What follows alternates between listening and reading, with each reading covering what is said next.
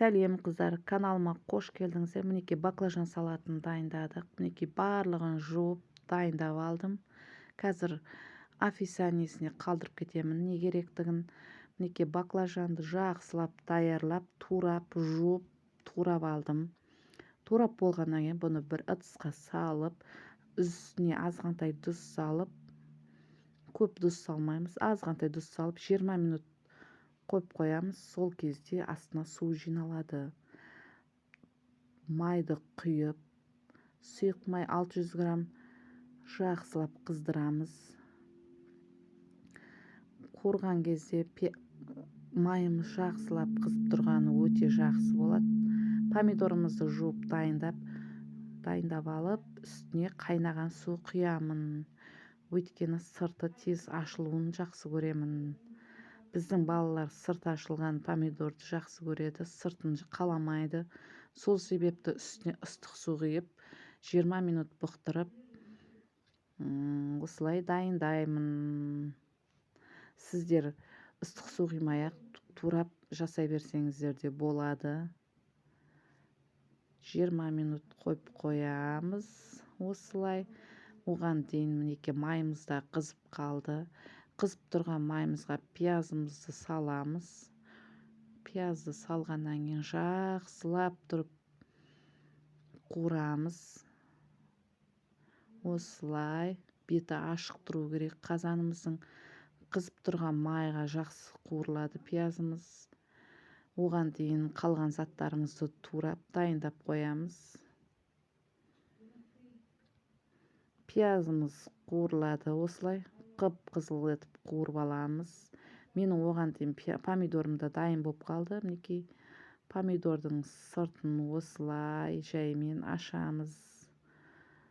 Осылай ашып, жақсылап турап аламыз. Мінекей помидорды осылай алып шықтым. Барлығын ерінбей жақсылап тұрып. Мінекей турап дайындап алдым. Мінекей дайын болған помидорды қуырылған пияздың үстіне саламыз. Мінекей қып-қызыл болып, әдемі болып пиязым қуырылды. Вот үстіне помидорымды салдым. 2 кило помидорымды жақсылап 20 минуттай қайнатамыз. Араластырып, жақсылап араластырып тұрамыз. Осылай. Менің балаларым морковты жақсы көрмейді. Сол себепті морков салғаным жоқ. Сіздер салсаңыздар да болады. Өйткені мен морковты қаламайды менің балаларым. Мінекей 20 минут қайнап дайын болды. 20 минут қайнаған помидорымыздың үстіне туралған перецімізді көбек-көбек етіп турап саламыз. Осылай. Перецті азғантай қуырамыз. Бұны да жақсылап.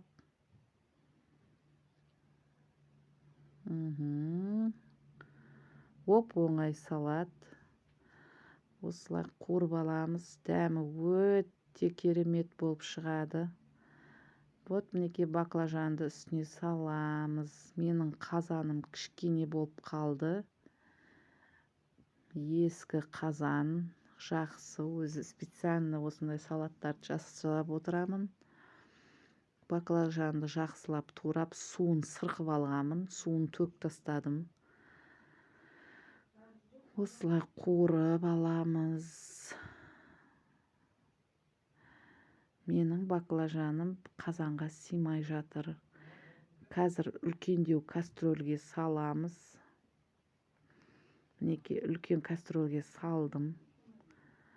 Үстіне қантымды салдым.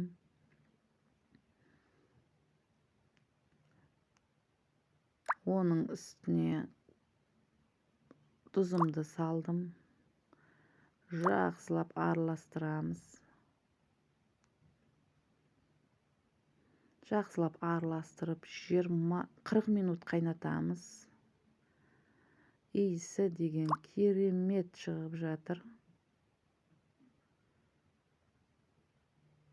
Осылай қуырамыз. әлі чесногымызды әлі салғанымыз жоқ. Чеснокты да сразу саламыз. Чеснокты салғаннан кейін де жақсылап араластырып баяу отта қойып қоямыз. Чесноктың иісі әдемі, маған қатты ұнайды. Осылай болып шықты. Мінекей түрі керемет әдемі болып шықты. Вот. Ұнаса лайк басып кетіңіздер, комментария жазып.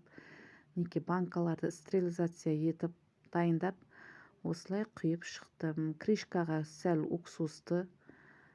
уксуспен шайдым. Мінекей осылай жауып тастадым. Балаларға өте ұнайды. Балаларға әр жылы жасап беремін. Қыста жейді осылай. Мінекей нанға жағып көреміз. Жолдасым да көрейін деп, дәмін көрейінші деп тұр. Мінекей түрі өте керемет. Дәмі өте керемет шықты. Лайк басып, комментария жазып қалдырып